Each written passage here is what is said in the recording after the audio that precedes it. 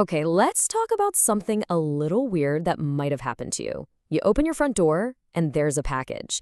It's got your name on it, but you have absolutely no clue what it is or why it's there. You definitely didn't order it. It's confusing, right? Well, let's get into it and figure out exactly what's going on. So maybe it's a package from a big retailer like Amazon or Temu, and inside is, I don't know, a cheap phone charger or a random pair of sunglasses. Your first thought is probably, did I accidentally buy this? Or a little more scary, did someone get my credit card info? Trust me, you're not the first person to have that moment of panic. But here's the good news, okay? You can take a deep breath. This is something that happens to a lot of people, and it's usually not a sign that your bank account has been cleaned out. There's actually a pretty straightforward explanation for this whole thing. So what is this whole bizarre delivery thing called? Well, it has a name. It's known as a brushing scam. I know, it sounds kind of weird, but once you understand the idea behind it, it all makes perfect sense. Here's the deal in a nutshell. An online seller wants to make their product look amazing. And what's the best way to do that? With tons of 5-star reviews, especially reviews that say verified purchase, right? So by sending a real physical item to a real address, your address, they create a paper trail. This allows them to log in and write a fantastic, glowing review for their own product, and it looks totally legit because, hey, a package was actually delivered.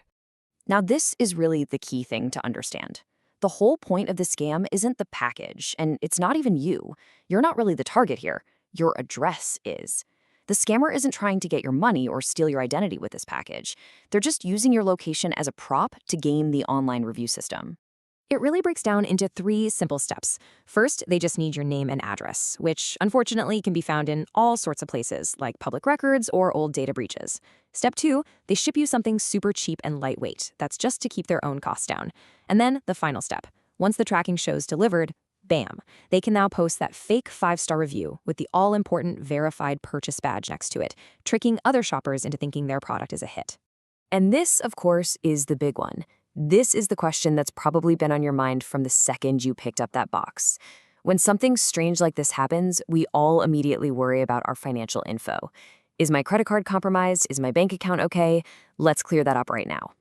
So let's separate what's fact from what's fear. What do the scammers have? Yeah, they have your name and shipping address. But what do they almost certainly not have? Your bank account details, your credit card number, your account passwords. For this specific brushing scam, they simply don't need any of that sensitive info to pull it off. Let me just say it plainly so it sinks in. Your money is usually safe. The entire goal of a brushing scam is about faking reviews to boost sales, not about hacking into your personal finances. So while it's a little creepy that they have your address, it's not typically a direct threat to your wallet. Okay, so you get it now, and hopefully you're not freaking out anymore. The next logical question is, what should you actually do? Well, the great news is that the action plan is super simple. It puts you right back in control. There are just 3 easy things to remember. All right, step 1, and this is the most important, do not pay for it. Don't worry about sending it back either. There are actually federal laws that say if you receive merchandise you didn't order, you can legally consider it a free gift. So congrats on the new, whatever it is. Step 2, just as a general precaution, it's a smart idea to go ahead and update your passwords on sites like Amazon or Temu anyway. And finally, step 3, report it. Let the retailer know that you got a package you didn't order. This helps them track down these shady sellers and clean up their marketplace. This quote really hits the nail on the head. The key insight here is that your address was likely part of a data leak, not that your bank account was hacked. When you think of it that way, it changes everything. It's not a financial emergency. It's just a reminder to be careful with your data. So the next time a mystery box lands on your doorstep, you'll know exactly what it is.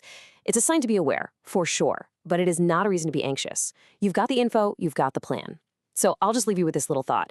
Knowing your address was used for this, what's one simple thing you could do today to tighten up your digital privacy just a little bit?